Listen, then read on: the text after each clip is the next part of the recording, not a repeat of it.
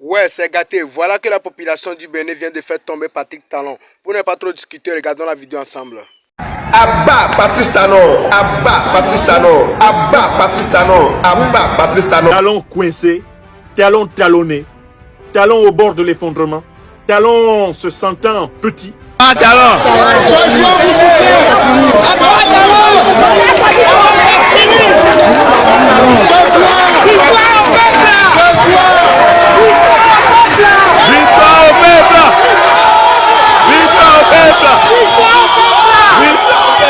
Talon ne sert ni les intérêts du Bénin, ni ceux du Niger, il ne sert pas les intérêts africains. Il ne faut pas que les Béninois se réfugient dans un patriotisme déplacé en défendant Talon. Parce que Talon ne défend pas le Bénin. La preuve qu'il ne défend pas le Bénin, il n'a pas confiance en l'armée béninoise. Le Bénin est à la croisée des chemins. À l'approche de l'élection présidentielle, le silence n'est plus possible, la colère n'est plus contenue et la peur a changé de camp. Le régime de Patrice Talon vacille sous le poids du rejet populaire, des tensions sécuritaires et des contradictions internes d'un pouvoir de plus en plus isolé. Dans les casernes comme dans les rues, un malaise profond s'installe. Le peuple béninois dit non au troisième mandat, non à la soumission, non à la domination étrangère. Pendant que le pays gronde, les avertissements se multiplient, les attaques se répètent et la question centrale devient inévitable. Le Bénin va-t-il enfin rompre avec l'ordre néocolonial pour embrasser une souveraineté totale, ou sombrer dans une fuite en avant imposée de l'extérieur? L'heure du choix a sonné, et l'histoire observe. D'où viennent les attaques sauvages que subit l'armée béninoise? Elles sont des piqûres de rappel, des suppôts de l'impérialisme occidental, qui sont faites à Patrice Talon pour lui demander d'obéir le doigt sur la couture. Les soldats béninois qui tombent parce que les maîtres de Talon veulent lui rappeler qu'il est sous leur contrôle. Et que s'ils s'amusent à sortir des consignes de soumission, d'aliénation, de dépendance qui lui ont été données, il sera sévèrement puni jusque dans son palais. Qu'on irait même à la limite jusqu'à susciter un coup d'état néocolonialiste pour le punir, comme on a suscité un coup d'état néocolonialiste à Libreville pour punir Ali Bongo. Talon a tenté par plusieurs fois de sortir de cette nasse dans laquelle il s'est coincé par son arrogance, par son ultra-dépendance, son ultra-aliénation. Il a tenté d'initier des contacts directs avec les voisins à qui il avait déclaré la guerre. C'est le cas notamment du Niger. Vous aurez remarqué que chaque fois que Patrice Talon esquisse une tentative de dialogue direct avec le Niger, avec l'AES, il est frappé par des attaques terroristes. Vous avez bien compris que les attaques terroristes fonctionnent à la fois au Bénin, au Togo ou même au Nigeria comme des piqûres de rappel que l'impérialisme occidental fait à ses valets locaux pour leur dire: si vous vous rapprochez de ceux que nous tenons à maintenir comme vos frères ennemis, nous allons vous punir. Je recommence ce point. D'où viennent les attaques sauvages que subit l'armée béninoise? Elles sont des piqûres de rappel, des suppôts de l'impérialisme occidental, qui sont faites à Patrice Talon pour lui demander d'obéir le doigt sur la couture. Les soldats béninois qui tombent parce que les maîtres de Talon veulent lui rappeler qu'il est sous leur contrôle. Et que s'ils s'amusent à sortir des consignes de soumission, d'aliénation, de dépendance qui lui ont été données, il sera sévèrement puni jusque dans son palais. Qu'on irait même à la limite jusqu'à susciter un coup d'état néocolonialiste pour le punir, comme on a suscité un coup d'état néocolonialiste à Libreville pour punir Ali Bongo. Est-ce que vous avez compris? Béninoises, Béninois, mes chers frères et sœurs. Les nombreux soldats de l'armée béninoise qui tombent ne tombent que sous la punition des patrons de Talon. Les patrons impérialistes occidentaux de Talon sont derrière les organisations terroristes qui ensanglantent tout le Sahel, tout le golfe de Guinée. Et les attaques contre l'armée béninoise sont en fait des remises à niveau de la terreur impériale. Est-ce que c'est clair? Donc il y a le jeu, les attaques contre l'armée béninoise, mais les enjeux, c'est le maintien de l'aliénation, de la soumission, de l'élite de gouvernement béninois actuel, l'élite béninoise du gouvernement actuel, on tient à la maintenir sous la férule de la CEDEAO, du néocolonialisme et de l'impérialisme occidental. Écrivez ça. Appelez le peuple béninois et le peuple nigérien à resserrer les liens entre eux et à comprendre que Talon ne sert ni les intérêts du Bénin, ni ceux du Niger, il ne sert pas les intérêts africains. Son comportement envers le Niger est un comportement anti-africain. C'est un acte de traîtrise envers l'Afrique. Il ne faut pas que les Béninois se réfugient dans un patriotisme déplacé en défendant Talon. Parce que Talon ne défend pas le Bénin. La preuve qu'il ne défend pas le Bénin, il n'a pas confiance en l'armée béninoise. Il est protégé par les félons. Voilà une preuve incontestable que ce n'est pas un chef d'État qui a confiance en son peuple. Ce n'est pas un chef d'État qui a confiance en son armée. Vous comprenez? Moi, je parle du Niger, là. Je connais maintenant le Niger. J'ai été reçu par le président Tchani. Vous avez vu, non? Je n'ai pas vu un Russe là-bas à la sécurité du président Tchani. Hein. Je dis, je n'en ai pas vu un seul. Dans le périmètre de sécurité. C'est l'armée nigérienne qui tient le Niger. Hein. Vous savez que j'ai été reçu chez le président Assimi Goïta, non? J'ai pas vu un Russe qui assure la sécurité du président Goïta. Hein.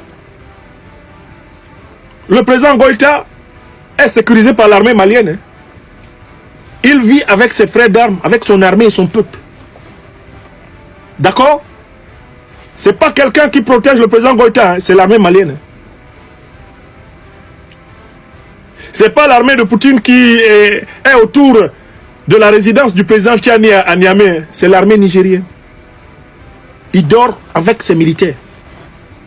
Vous avez compris?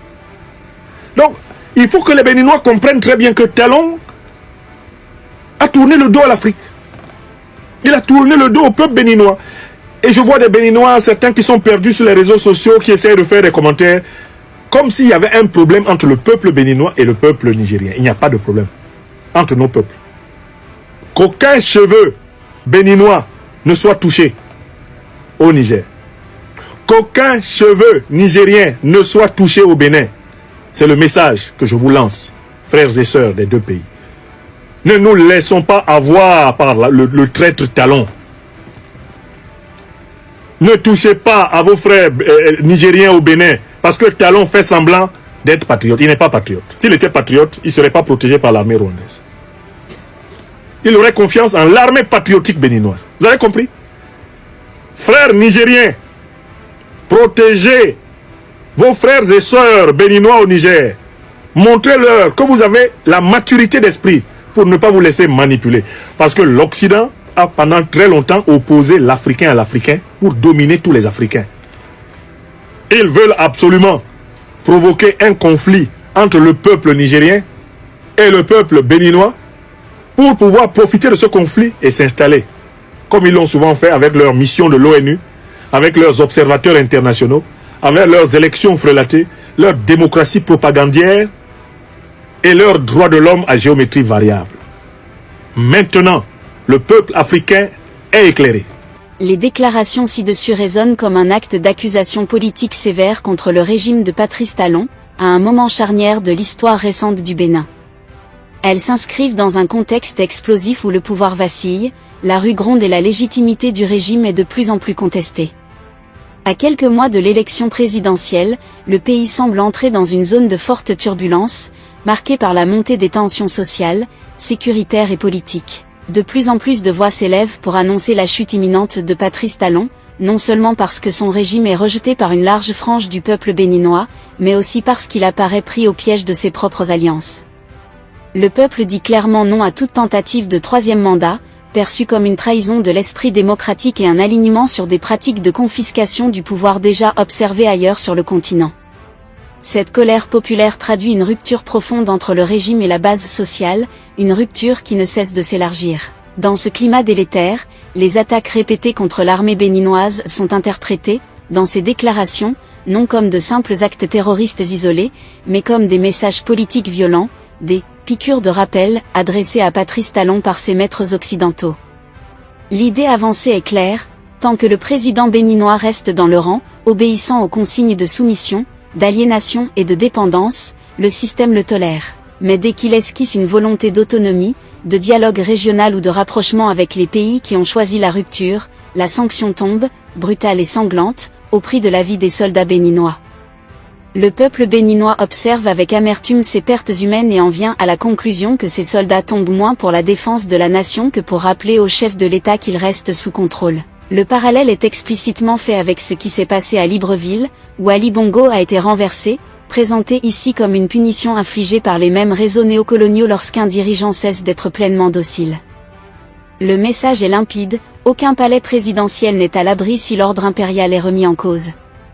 Les tentatives de Patrice Talon d'initier un dialogue direct avec ses voisins, notamment le Niger, et plus largement avec les pays de l'Alliance des États du Sahel AES, sont présentées comme autant de lignes rouges franchies aux yeux de l'impérialisme occidental. Chaque ouverture vers l'AES est suivie, selon cette lecture, d'une recrudescence des attaques, comme pour rappeler que toute fraternisation avec ceux que l'Occident veut maintenir comme des « ennemis » sera sévèrement châtiée.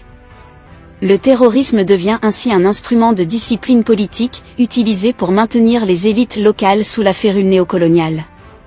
Au cœur de cette crise, la France est accusée de mettre une pression constante sur Patrice Talon afin de préserver sa domination stratégique, économique et militaire sur le Bénin et plus largement, sur le golfe de Guinée. Face à cette pression, le président béninois se retrouve à un véritable carrefour historique. Trois options se dessinent: rompre avec le système néocolonial et ouvrir la voie à un panafricaniste assumé comme Kémy Séba, rester fidèle à la ligne de soumission et transmettre le pouvoir à un successeur perçu comme un simple relais des intérêts occidentaux, ou tenter de se maintenir lui-même au pouvoir, en s'inspirant du scénario ivoirien incarné par Alassane Ouattara. Mais le peuple béninois, lui, semble avoir déjà fait son choix. Il réclame une souveraineté totale, à l'image de celle revendiquée par les pays de l'AES. Il rejette massivement le régime pro-français de Patrice Talon et voit dans la poursuite de cette politique une impasse dangereuse pour la nation. La colère est profonde, nourrie par le sentiment d'humiliation, par la perte de vies innocentes et par la conviction que l'élite au pouvoir sert davantage des intérêts extérieurs que ceux du peuple. Ces déclarations, aussi radicales soient-elles, traduisent une réalité politique incontournable: le Bénin gronde.